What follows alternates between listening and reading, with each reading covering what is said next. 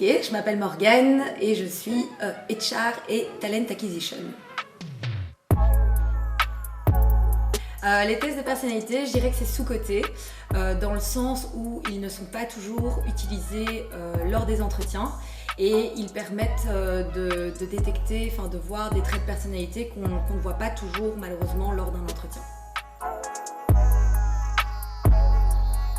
Le parcours scolaire, c'est surcoté pour moi. Effectivement, c'est toujours bien d'avoir fait des études, mais malheureusement, il n'y a pas toujours, on n'apprend pas toujours tout à l'école. Et il y a des compétences aussi bien humaines que professionnelles qui sont intéressantes et qu'on acquiert lors d'une expérience. Donc voilà, c'est surcoté. Les ballerines, c'est vraiment surcoté. Le six-pied. Le hunting, alors je dirais que c'est sous-coté parce qu'en fait, c'est bien d'attendre toujours que les candidats postulent sur les offres d'emploi, mais je pense que c'est bien aussi d'aller directement vers des candidats. Parfois, on appelle des candidats et ils vont nous dire j'allais justement me mettre dans une recherche d'emploi dans une semaine et du coup, on a été dans ce cas-là proactif et on a été chercher le candidat et voilà. Sous-coté.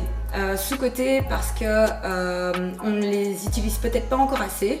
C'est vrai qu'il y a beaucoup de gens qui ont de l'expérience professionnelle, qui connaissent comment est-ce que ça fonctionne des entretiens, mais c'est toujours bien de faire une préparation, de préparer un candidat pour aller chez le client parce qu'il représente quand même, il nous représente nous, la société, et donc du coup, ça permet aussi d'augmenter un petit peu ses chances, sans bien sûr trop trafiquer tout ça.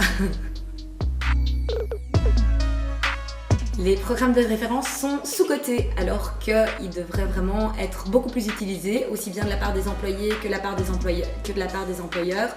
Les employés qui sont dans la boîte, je pense qu'ils sont les mieux placés pour pouvoir nous conseiller des personnes. Et les employeurs devraient peut-être mettre plus d'attractivité dans ça pour justement encourager les employés à référencer des personnes. Oh, sous-coté. Alors, les side projects sont pour moi sous-cotés. Ça rejoint un petit peu la question du parcours scolaire.